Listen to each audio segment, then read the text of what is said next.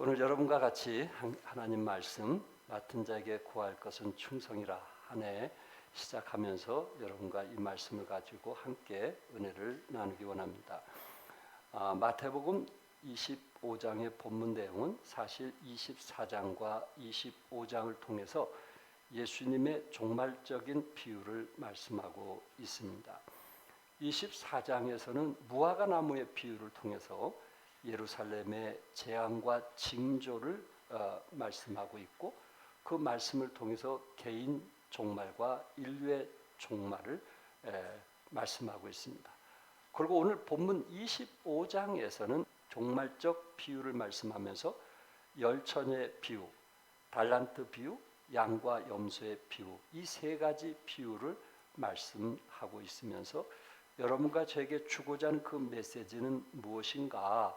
주의 종말을 기다리는 여러분과 저에게 주님의 재림의 임박성을 말씀하고 있으면서 여러분과 제가 가진 그 달란트를 가지고 다른 사람을 섬기면서 깨어 있으라 하는 것을 말씀하고 있습니다.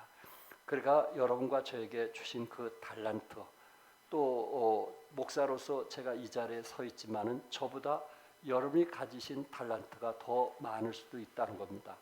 그러니까 목사이기 때문에 달란트가 더 많고 평신도 있기 때문에 적다, 절대 그런 것은 아니라는 것이죠.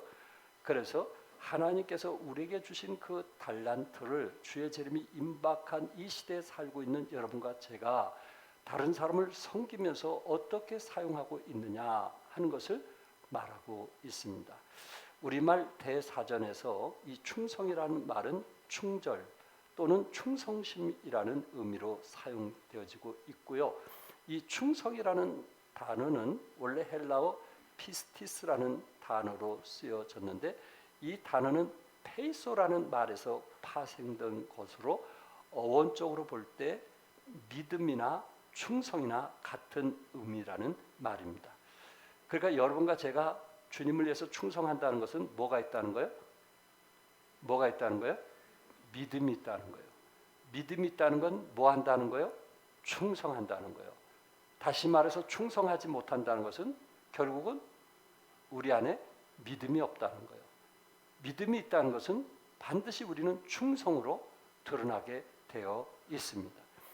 잠언 25장 13절에 충성된 사자는 그를 보낸 이에게 마치 추수하는 날에 얼음 냉수 같아서, 그 여름에 얼음 냉수 같아서 능히 그 주인의 마음을 시원케 하느니라.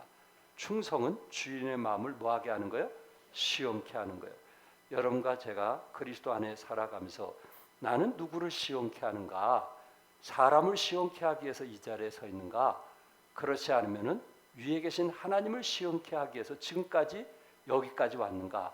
라는 것을 한번 생각해 보시고, 우리의 충성은 사람을 위한 것인가? 그렇지 않으면 위에 계신 하나님을 위한 것인가에 따라서 우리는 하늘의 상급이 달라진다는 것입니다. 그래서 우리는 위에 계신 하나님께 충성을 했다면 때로 우리는 넘어질 수도 있고 쓰러질 수도 있고 또한 사람의 말에 상처받을 수도 있지만은 우리는 일어날 수가 있다는 거예요. 왜? 우리 안에 뭐가 있으니까? 믿음이 있기 때문이에요. 결국 우리가 충성하는 것은 믿음이 있어서 충성한 거거든요. 그 믿음이 우리를 일어나게 만드는 거예요. 그러나 사람을 위해서 충성했다면 그 사람은 사람의 말에 휘둘리고 넘어지고 쓰러져서 결과적으로 일어나지를 못해요. 왜? 믿음 없는 충성이었기 때문에 그렇습니다. 여러분과 제가 적은 일이든 큰 일이든 그것이 신앙 안에서 또한 하나님을 사랑하기 때문에 또한 주님의 십자가의 그 보혈의 은혜가 너무 감사해서 섬겼고 수고했다면 우리는 어떠한 거친 돌이나 또한 장애가 있다 할지라도 반드시 우리는 딛고 일어나는 그 힘이 우리에게 있다는 거 기억하시고, 한 해도 생각지 않는 시련과 또한 마귀의 유혹이 있을 것인데 말씀 안에서 강함으로 승리하는 여러분들이 되시기를 바랍니다. 첫째, 주인은 재능대로 은사를 주셨습니다. 15절 같이 한번 읽겠어요. 시작. 각각 그 재능대로 한 사람에게는 금 5달란트를, 한 사람에게는 2달란트를, 한 사람에게는 한 달란트를 주고 떠났더니 주인은 이제 그 타지로 가면서 집에 있는 종들에게 이 달란트를 주고 그리고 그 달란트를 가지고 열심히 섬기도록 했습니다. 그래서 그 달란트를 분배의 원칙은 두 가지로 볼 수 있는데, 첫째는 주인의 뜻대로 달란트를 줬다는 거예요. 여러분과 제가 원하는 대로 달란트를 받는 것이 아니고, 우리의 가진 은사는 누구의 손안에 있냐면은 하나님 손안에 있다는 거예요. 하나님께서 우리에게 그 은사를 주었다는 거예요. 그래서 여러분들이 저보다 더 많은 은사를 하나님께서 주었다면은 그 은사를 하나님께서 쓰시기를 원하고 활용하기를 원하는 거예요. 왜? 소유권은 하나님에게 있고 사용권은 우리에게 있기 때문에 우리가 그것을 사용하지 않으면 하나님께서 우리에게 은사 주신 부분에 대해서 계산을 하기 때문에 그렇습니다. 고린도전서 12장 11절에 이 모든 일은 같은 한 성령이 행하사, 한 성령이 우리 종안교회에 있는 모든 성도 또한 세계에 있는 모든 성도들에게 한 성령이 행하사 그 뜻대로 각 사람에게 나눠 주시니라. 여러분과 제가 가진 은사는 누구 뜻대로 된 거예요? 누구 뜻대로? 하나님 뜻대로 된 거예요. 하나님 뜻대로 주신 거예요. 누구의 뜻을 이루기 위해서? 하나님의 뜻을 이루기 위해서. 믿으시면 아멘 하세요. 우리가 가지고 있는 은사는 내 뜻을 이루기 위한 것이 아니에요. 아버지의 뜻을 이루기 위해서 아버지께서 우리에게 주신 거예요. 만약에 그 은사를 내가 가졌다면 우리는 누구 뜻을 이루겠어요? 내 뜻을 이루는 거예요. 내가 원하는 대로 사용하는 거예요. 내가 좋아하면 하고 내가 원치 않으면 안 해요. 오늘도 내가 하고 싶으면 하고 안 하고 싶으면 안 할 수 있어요.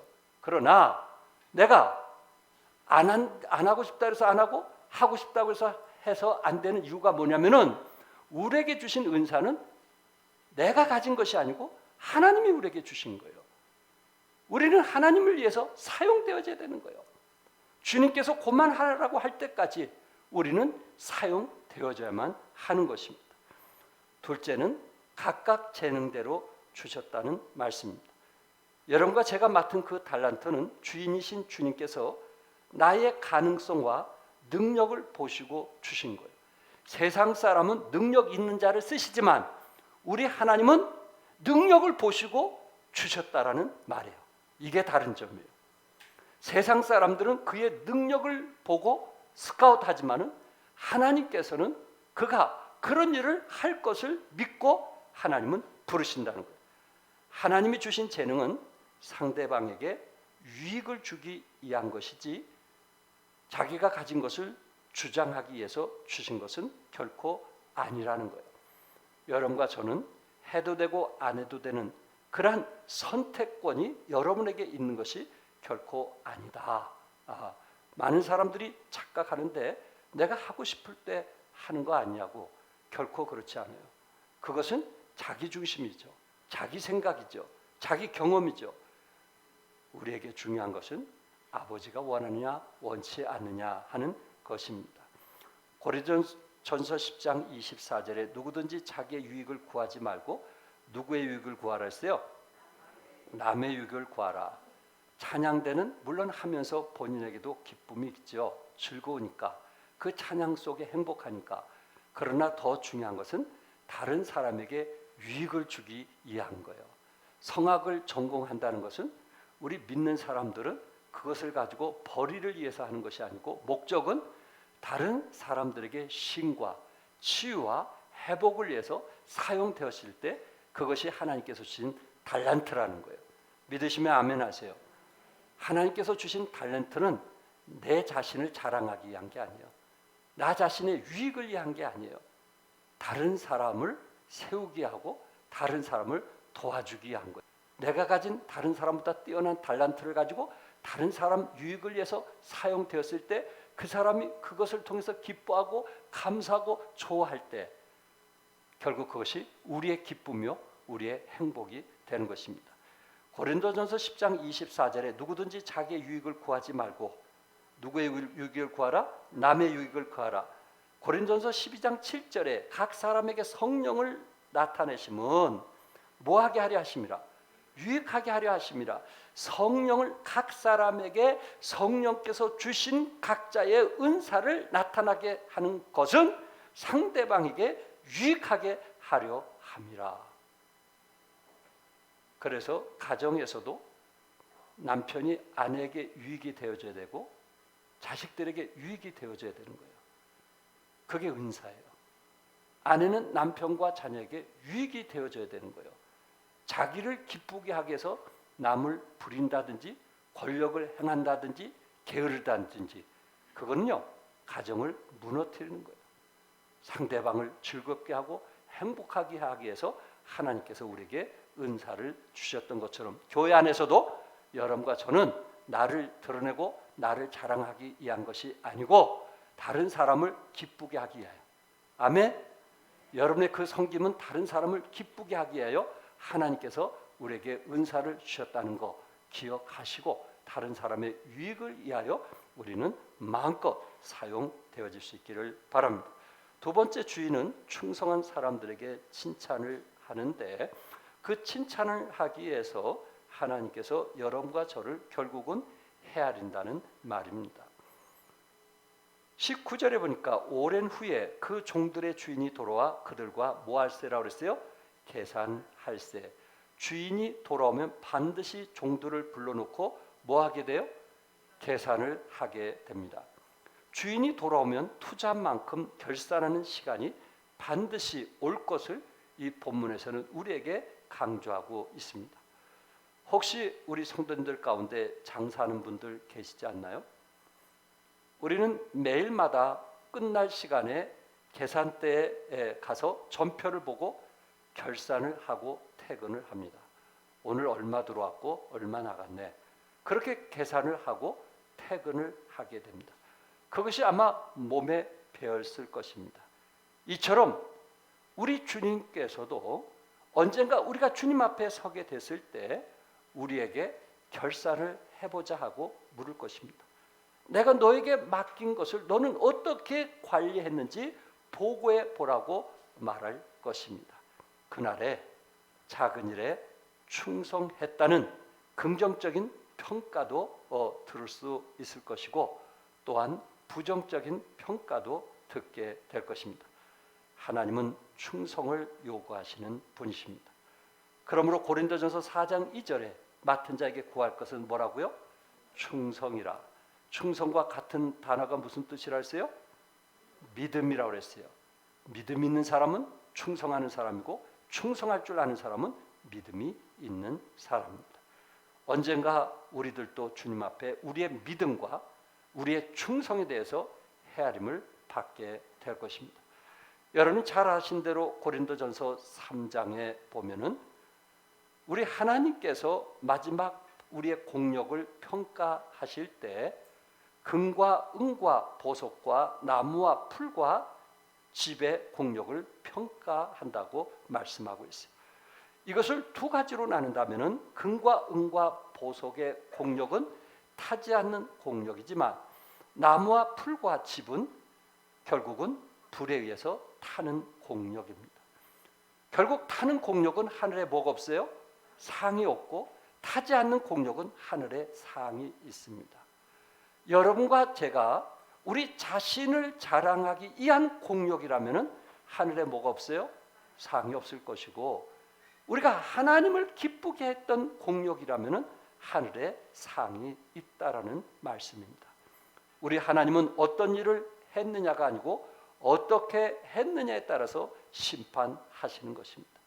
여러분, 제가 은사에 따라 한 해 동안 우리가 수고하고 섬기게 되는데 어떤 마음으로 어떻게 했느냐에 따라서 상을 받기도 하고 빼앗기기도 한다는 말입니다.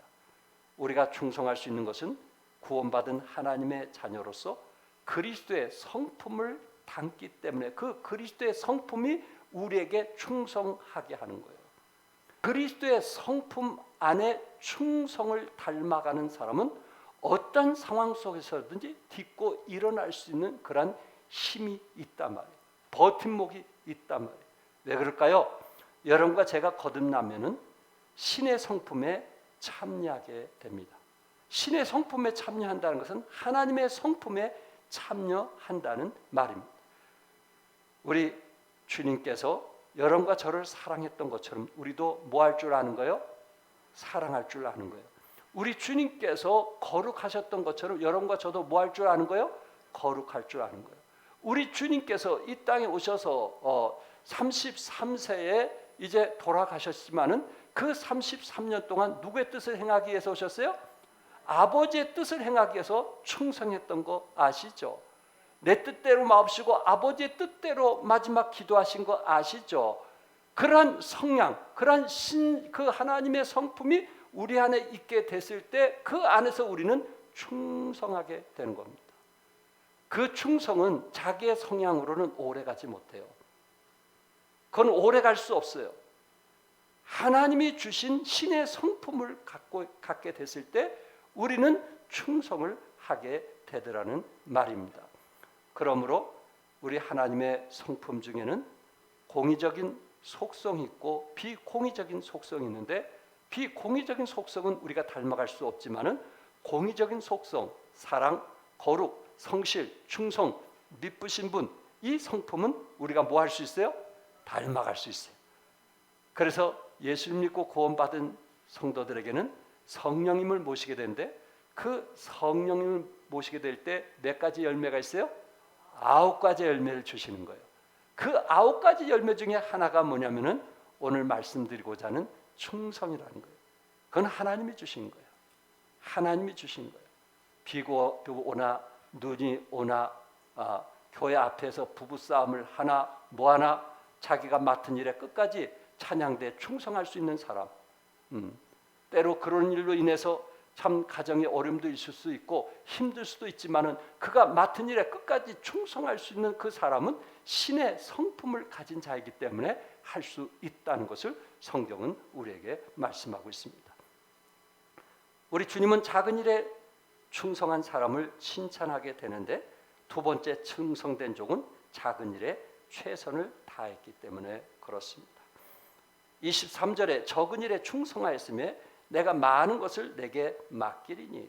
적은 일에 충성, 교회 안에서 적은 일에 뭐하는? 충성. 집사님이 집사로서의 충성, 내가 어떤 일에 나는 충성해야 되는가, 그런 것을 생각하고 오시는 분이 있고, 세월이 오래 지나도 전혀 그런 생각 없이 신앙생활하는 분도 있을 겁니다. 그런데 하나님께서 나에게 이 적은 일, 나에게 직분을 주시고 일을 하게 하셨다라는 그 생각을 가지고 충성하는 사람, 바로 그 사람을 우리 하나님께서 칭찬해 주신다는 말입니다. 여러분, 충성한다는 말은 사실 책임감이 있다라는 말이거든요. 그리스도 안에서 그 사람은 책임감이 있기 때문에 뭘 맡겨도 항상 그 자리에 있는 분이 계시잖아요. 뭐를 맡기면 어떤 상황이든지 항상 그 자리에 있는 사람이 우리 종합교회 대부분이잖아요. 책임이라는 단어는 원래 응답과 능력을 합친 단어이거든요. 그래서 이 책임이라는 단어는 하나님의 명령에 응할 능력이다, 이렇게 우리는 이야기를 합니다.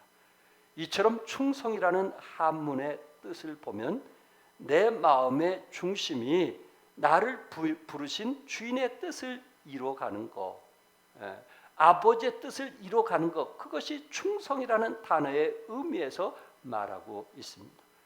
여러분과 저는 누구의 뜻을 이루어가는 사람이에요? 누구의 명령에 응하는 거예요? 하나님의 명령에 응하고 하나님의 뜻에 우리 자신이 이루어가는 것, 그 사람이 충성하는 거예요. 내 뜻을 이루어가는 것이 아니에요. 내 생각, 내 고집, 내가 원하는 대로 모든 것을 만들어가는 사람이 아니에요. 그 사람에게는 항상 상처와 아픔이 있을 뿐이에요. 아버지의 뜻을 이루어가는 거예요. 하나님이 이루고자 하는 것을 함께 해나가는 거예요. 그래서 링컨은 보잘것없는 작은 일이 우리 생활에 위대한 변화를 줄 수 있다. 보잘것없는 무엇이? 작은 일이 우리 생활에 위대한 변화를 줄 수 있다. 작은 일. 여러분, 요셉 아시죠? 그가 형제들에 의해서 결국은 애굽으로 노예가 되었을 때 그 당시 이 시대장이었던 이 보디발 장군 집에 노예가 되잖아요. 이 보디발은 누구예요? 당시 바로 왕의 다음 가는 제2의 권세자잖아요. 근데 그 집에서 충성했기 때문에 뭘 맡았어요? 그 집안의 모든 재산을 요셉이 관리했어요. 그것도 이방인이 관리했단 말이에요. 이건 누구나 맡기는 일은 아닌 거 아시죠? 여러분의 저금 통장을 아무한테나 맡기나요? 그건 정말 신뢰가 되지 않는 한 아무나 맡기지 않는데 그 창고의 모든 열쇠를 요셉에게 맡긴 거예요. 그런데 보디발 아내의 유혹 때문에 어떻게 했어요? 결국은 어떻게 됐어요? 감옥에 들어가서 죄수가 되었잖아요. 근데 거기 들어가서 또 뭘 맡았어요? 그 간수가 이 죄수인 요셉에게 모든 열쇠를 맡긴 거예요. 그 죄인들을 열고 닫고 하는 모든 권리를 요셉에게 맡긴 거예요. 그냥 됐겠어요? 그의 그 충성스러운 모습, 최선을 다하는 모습, 그것이 감옥에서도 그에게 모든 일을 맡긴 거예요.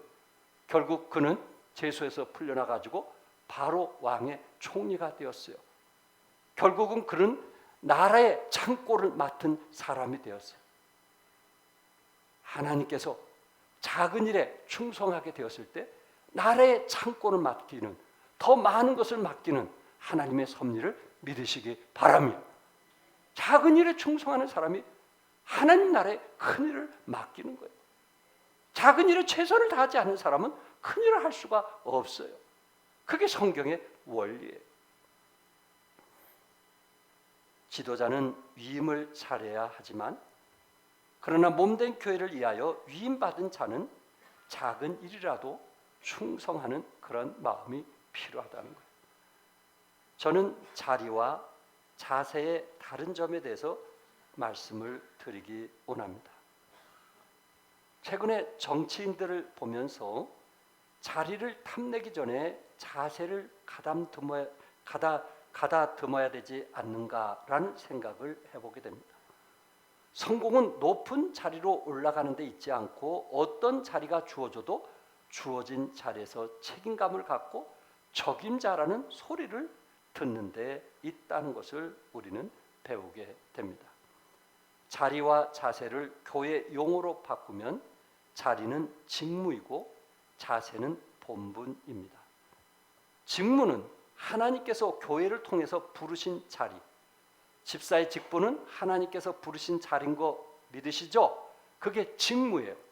본분은 부르심에 합당하게 가져야 할 자세, 집사님으로서 어떤 자세를 가지고 내가 섬기는가, 그게 본분이에요. 교회는 각 분야에서 섬김의 역할을 맡은 분들을 직분자라 이렇게 부릅니다. 직분자.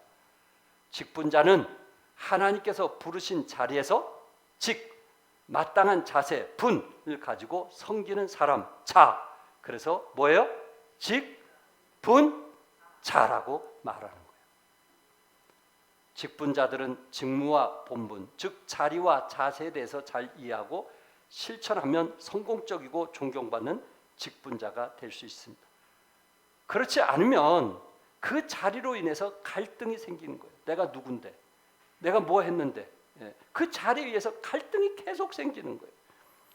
일꾼을 평가하고 판단하는 분은 누구십니까? 하나님이십니다. 일꾼을 부르신 자리에서 합당한 자세를 가지고 일할 것을 우리 주님은 명하고 있어요.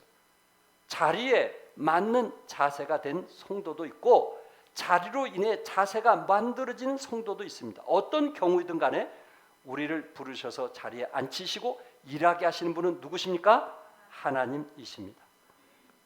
세상은 자격으로 불려 자리를 주지만 하나님은 자질을 보고 부르셔서 자세를 다듬게 하십니다.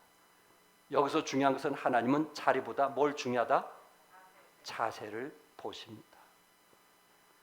직분자, 직보다는 분, 자세, 어떤 태도로 하느냐, 그 사람의 자세를 보기 원하는 거예요.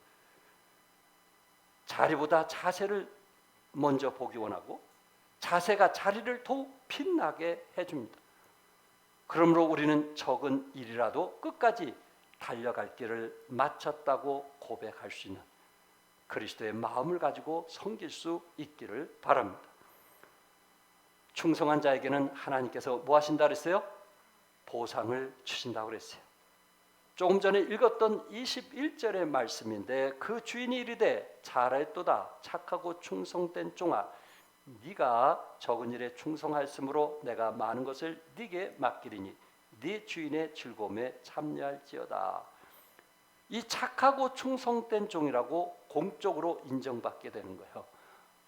우리 하나님 앞에 그 구원받은 무리들이 함께 있을 때 우리 하나님께서 여러분의 이름을 부르면서 착하고 충성된 종, 이보다 좋은 말이 어디 있겠어요? 공적으로 이 소리를 듣게 되는 거예요. 그리고 두 번째는 많은 것을 내게 맡기리라. 하나님 나라의 유업을 받게 된다는 거예요. 많은 것을 내게 맡기리라. 충성된 사람에게. 그리고 세 번째는 즐거움에 참여하겠다. 주님과 함께 공중 재림에서 7년 동안 잔치에 참여하게 되고 천년왕국 잔치에 참여하게 되고 하나님 보좌 가까이에서 하나님께 영광 돌리는 축복을 얻게 될 것입니다. 어떤 사람? 충성한 사람. 한 해 동안 뭐한 사람? 충성한 사람. 해도 되고 안 해도 되는 그러한 태도가 아닌 내가 그 일이 적던 크던 그것이 중요한 것이 아니고 그 안에서 정말 기도를 해주든 또한 무엇을 하든 교회 몸된 교회를 위해서 함께 가는 그러한 동력자를 원하고 있습니다. 맥어더 장군의 해고록에 다음 같은 이야기가 나옵니다. 1950년 한국 전쟁이 터지자 미국 연합군 총사령관 맥어더 장군이 한국의 전황을 살피기 위해서 부랴부랴 한강 인도교까지 도착하게 되었습니다. 그리고 쌍안경을 가지고 인도교 건너편의 형편을 살피기 시작합니다. 여러분이 아신 대로 이미 이때는 한강 인도교가 폭파되어 있었고 강 건너편은 이미 인민군들이 다가오고 있었습니다. 쌍안경으로 한참 보고 있는데 우리 한국 쪽으로 보고 있는데 이 맥어더 장군이 그 부동 자세 군인 한 사람이 다리에 서 있는 것을 보았습니다. 맥어더 장군은 이상하게 생각하고 자기가 단 지프를 타고 병사에게 달려갔어요. 그리고 통역관을 통해서 묻습니다. 왜 끊어진 다리 앞에 서 있느냐? 병사는 대답합니다. 이것이 제 임무입니다. 맥어더 장군은 다시 묻습니다. 그러면 언제까지 여기 서 있을 작정인가? 이 병사는 씩씩하게 대답합니다. 새로운 명령이 하달될 때까지입니다. 그 당시 전세는 이급하고 지휘 계통은 사라지고 지휘관들도 도망하는 형편에서 적이 바로 코앞에 와 있는데도 도망칠 생각을 하지 않고 끝까지 자기 이치를 지키는 그 병사의 투철한 군인 정신을 목격한 맥어더 장군은 감탄을 했다고 합니다. 그러면서 이렇게 외쳤습니다. 이런 군인이 있는 나라는 절대로 망하지 않을 것이다. 이런 군인이 대한민국에 있는 한 절대로 뭐하지 않는다? 망하지 않는다. 이런 성도가 종함께 있는 한 절대로 뭐하지 않는다? 망하지 않는다. 그 한 군인에 의해서 그분의 해고록에 그렇게 기록된 건데 한 그 군인에 의해서 그가 감동받게 되었고 맥어더 장군은 그날로 당장 미군 병력의 출동 명령을 내렸고 유엔군이 참전하도록 명령을 내렸다고 합니다. 그것이 바로 한국의 전투를 뒤집어 놓은 결정적인 계기가 되었다는 것입니다.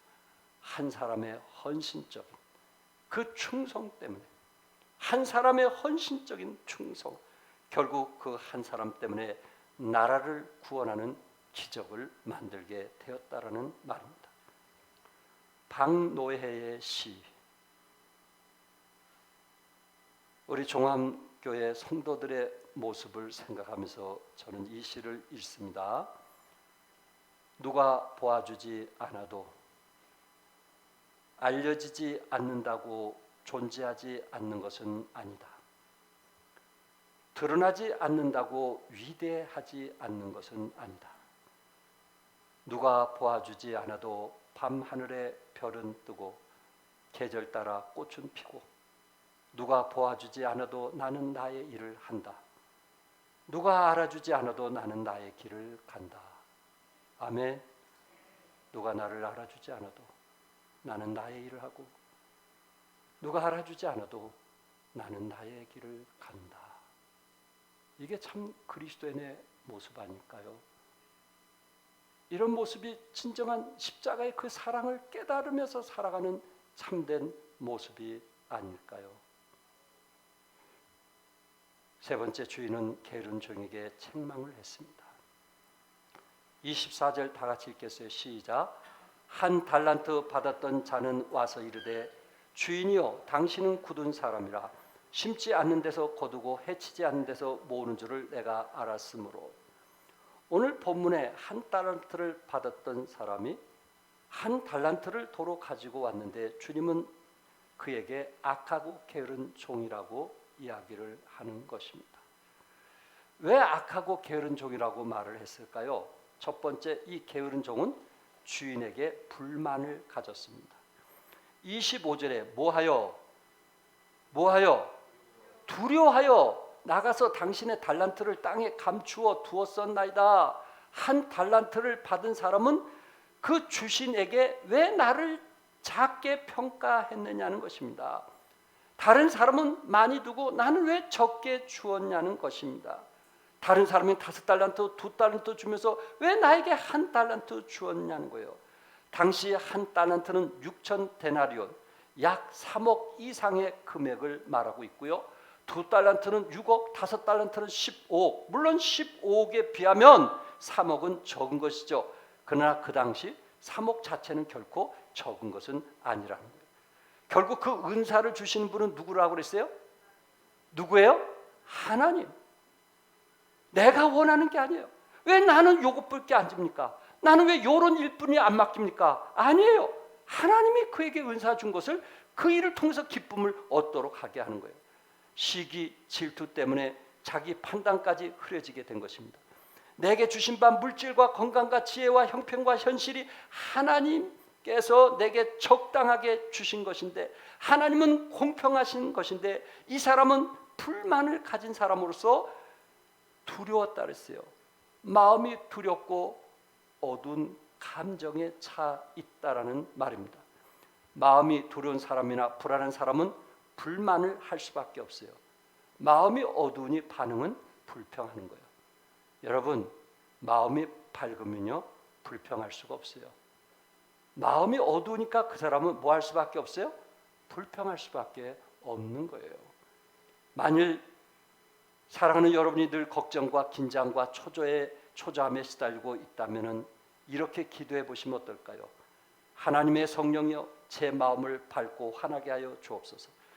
눈을 들어 빛 대신 하나님을 보고 제 가슴이 기쁨과 감사로 충만해지게 하옵소서. 언제나 밝은 감정을 주옵소서. 아멘. 언제나 뭘 주옵소서? 밝은 감정을 주옵소서. 왜? 그리스도이니까. 왜? 하나님의 자녀니까. 왜? 주님이 나와 함께 하시니까. 왜? 하나님이 나의 필요를 채워주시는 분이시기 때문에 그렇습니다. 두 번째는 책임을 주인에게 돌렸어요. 게으른 종은 책임을 누구에게 돌렸어요?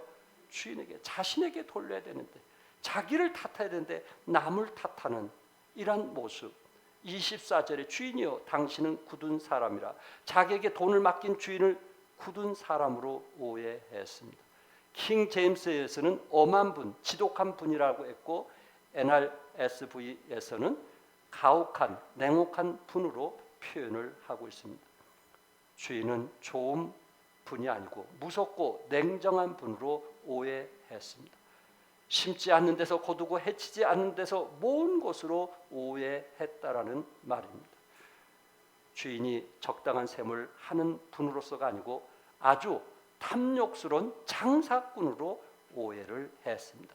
그래서 그 주인에 대해서 비판하고 불평하고 주인이 올 때까지 짜증내고 화를 내는, 결국 그 인생은 실패하게 되었다는 말입니다.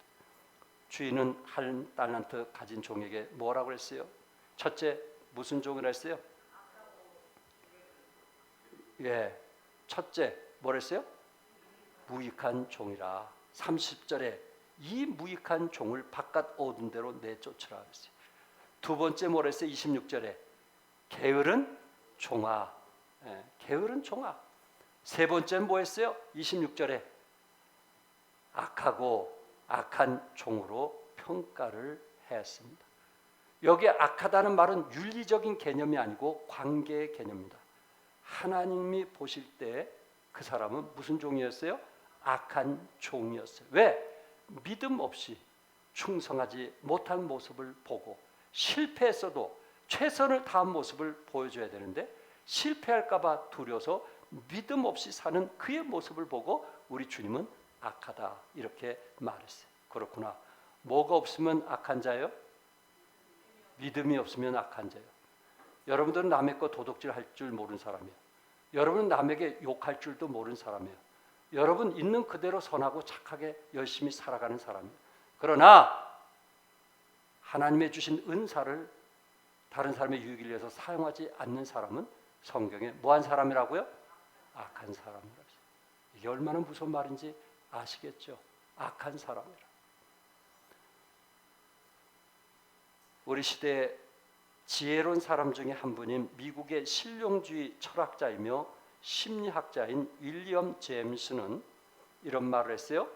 인생을 두려워하지 마세요. 인생은 살만한 가치가 있다고 믿으세요. 그러면 당신의 믿음은 그러한 삶을 창조하도록 도울 것입니다.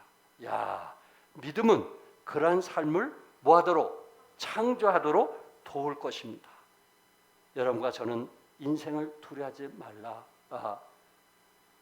어떤 담벽이 있다 할지라도 주저앉지 말라. 왜? 우리 안에 신비의 단어가 있는데 그게 뭐냐면은 믿음을 소유하고 있기 때문에 그렇습니다. 믿음. 여러분 지금까지 쭉 말씀드리면서 한 사람의 그 충성, 한 사람의 그 믿음, 한 사람의 그 은사 활용이 나라를 구원하고 또한 정말 백성들을 치유하고 그리고 그 나라를 외부로부터 건강하게 지켰던 그런 믿음의 사람들 기억하시죠? 요셉, 다윗, 기드온, 그 다니엘 같은 이런 많은 사람들을 여러분들이 기억할 것입니다. 그러나 이방인 가운데 여러분 혹시 아시나요? 나오미의 며느리 둘이 있었어요. 한 사람은 여러분이 잘 아신 누구예요? 룻. 또 한 사람 누구예요? 오르바라고 하는 여인이에요. 그런데 그 두 사람이 똑같이 나오미를 10년 후에 흉년 돼가지고 따라왔어요? 따라오지 않았어요? 따라왔거든요. 근데 오르바는 중간에 나오미 말을 듣고 포기했어요. 따라가는 걸. 근데 룻은 끝까지 따랐어요. 끝까지 충성했어요. 결국 룻을 통해서 메시아이신 예수님이 탄생하게 된 거예요. 그 작은 일이 끝까지 그 충성한 그것이 결과적으로 그 룻의 이방인의 그 집안 식구는 결국은 메시아를 탄생하게는 위대한 일을 하게 했어요. 작은 일이. 그때 당시에는 오르바든 룻이든 그렇게 크고 작은 게 별로 없을 거예요. 그리고 오르바가 아마 손가락질 했을 거예요. 야, 시어머니 가진 땅도 없고 집도 없는데 그래도 여기는 내 땅도 있고 내 집도 있고 먹을 것인데 이런 어리석은 며느리라고 그렇게 말하지 않겠어요? 그러나 적어도 룻은 믿음이 있었단 말이에요. 나오미 시어머니가 믿는 하나님을 보았다는 거예요. 아멘? 그거를 봐야지. 그분이 믿는 하나님, 형통케 하시는 하나님, 채워주시는 하나님, 그 사람을 보고 따라야지. 세상 말에 유혹이 돼서 넘어질 때 그 당시는 비슷한 것 같지만은 결과는 엄청난 차이. 우리가 하나님 앞에 갔을 때 어떤 차이를 보겠어요? 상상만 해도 끔찍하지 않아요? 작은 일에 그 작은 일에 내가 최선을 다했느냐 하지 않느냐에 따라서 엄청난 차이가 지는 거예요. 은사는 상대방을 기쁘게 하는 거예요. 선한 청지기라는 책에서 이런 얘기가 나옵니다. 존 그램이라는 성도가 예수 믿고 구원받은 후에 너무나 기쁘고 감사해서 뭔가 헌신하고 싶은 거예요. 다들 예수 믿고 구원받을 때 그런 마음 아니었어요? 그래도 막 헌신하고 싶은데 자기가 아무리 봐도 집사님이나 이 성도님들 섬기는 거 보면 자기는 그런 은사가 없는 거예요. 그래서 어느 날 목사님에게 찾아서 목사님, 사실 제가 예수 믿고 구원받아서 뭐라도 좀 섬겨야 예수님에게 덜 미안할 것 같은데 제가 가진 은사가 없습니다. 목사님, 이럴 때는 어떻게 했으면 좋겠습니까? 하고 얘기하는 거예요. 그랬더니 목사님이 성도님, 당신은 다른 사람이 갖지 않은 100만 달러와 같은 가치 있는 은사를 가졌습니다. 예? 내가 100만 달러나 되는 은사를 가졌다고요? 그게 도대체 뭐예요? 예, 나는 성도님이 내가 교회에 들어올 때 성도님이 나를 악수하면서 목사님 안녕하세요 하면서 그 웃는 모습이 제 마음에 치유가 되고 회복이 됩니다. 그래서 설교를 아주 기분 좋게 할 수 있도록 만드신 분이 당신입니다 하고 얘기한 거예요. 내가 그래요? 그럼 목사님 내가 뭐 할 수 있을까요? 예, 교회 들어온 입구에서 안내 보세요. 그리고 그 웃음의 바이러스를 성도들에게 보여주시면 우리 전 성도들이 행복한 그러한 예외를 들게 될 겁니다. 그런 이야기를 했어요. 그때부터 그분이 안내를 보면서 즐겁게 했다는 거 아니겠어요? 성도 여러분, 우리 은사는 우리가 다른 사람에게 섬기면서 그것이 우리에게 뭐가 되냐면 기쁨이 되고 다른 사람에게 뭐가 돼야 되냐? 유익이 돼야 되는 거예요. 아멘? 뭐가 돼야 되는 거예요? 유익이 돼야 되는 거예요. 하나님이 나에게 주신 은사는 기쁨이 돼야 되는 거예요. 자기를 유익을 위한 일은 할 수 있어요. 그러나 내 마음에 기쁨은 될 수 없어요. 이스라엘 국회는 세계적인 석학 아인슈타인을 초대 대통령으로 선임했다고 합니다. 이 소식을 접한 아인슈타인은 정중하게 사양했어요. 이유가 뭘까요? 대통령을 할 만한 인물들은 많이 있으나 물리학을 가르칠 학자는 그리 많지 않기 때문이라는 것입니다. 이스라엘의 초대 수상 벤그리온도 어느 날 갑자기 수상직을 사임했어요. 자기 자리를 사임했어요. 기자들이 몰려와서 사유를 물었습니다. 그럴 때 그는 기부츠 농장에서 일할 일꾼이 부족합니다. 수상은 내가 아닌 누구라도 할 수 있으나 땅콩 농사는 아무나 하는 게 아닙니다. 나는 농사일을 할 것입니다. 수상이 그런 일을 했다는 거예요.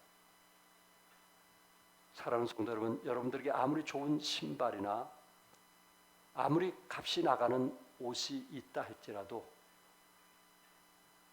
발이나 몸에 맞지 않으면 그건 나에게 소용이 없는 거예요.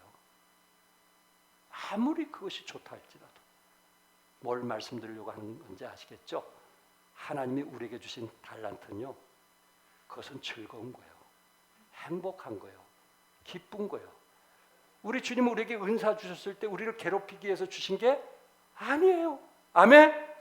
행복하라고, 즐거우라고, 기쁘라고, 이 세상에 어디든지 맛볼 수 없는 그 축복을 예배를 통해서, 은사를 통해서 하나님이 우리에게 주신 거예요. 교회 와서 섬기는 것보다 집에서 자는 것이 더 좋으면 주무세요. 그건 주무셔야 돼요. 그러나 아무리 피곤해도 교회만 오면 피곤이 달아나는 거예요. 행복한 거예요. 즐거운 거예요. 그래서 일주일에 하루 와서 힘을 얻고 또 나가서 세상을 살아가는 거예요. 그래서 우리는 예배를 사모하는 거예요. 찬양을 사모하는 거예요. 기도를 사모하는 거예요. 섬김을 사모하는 거예요. 믿으시면 아멘 하세요. 기도하겠습니다.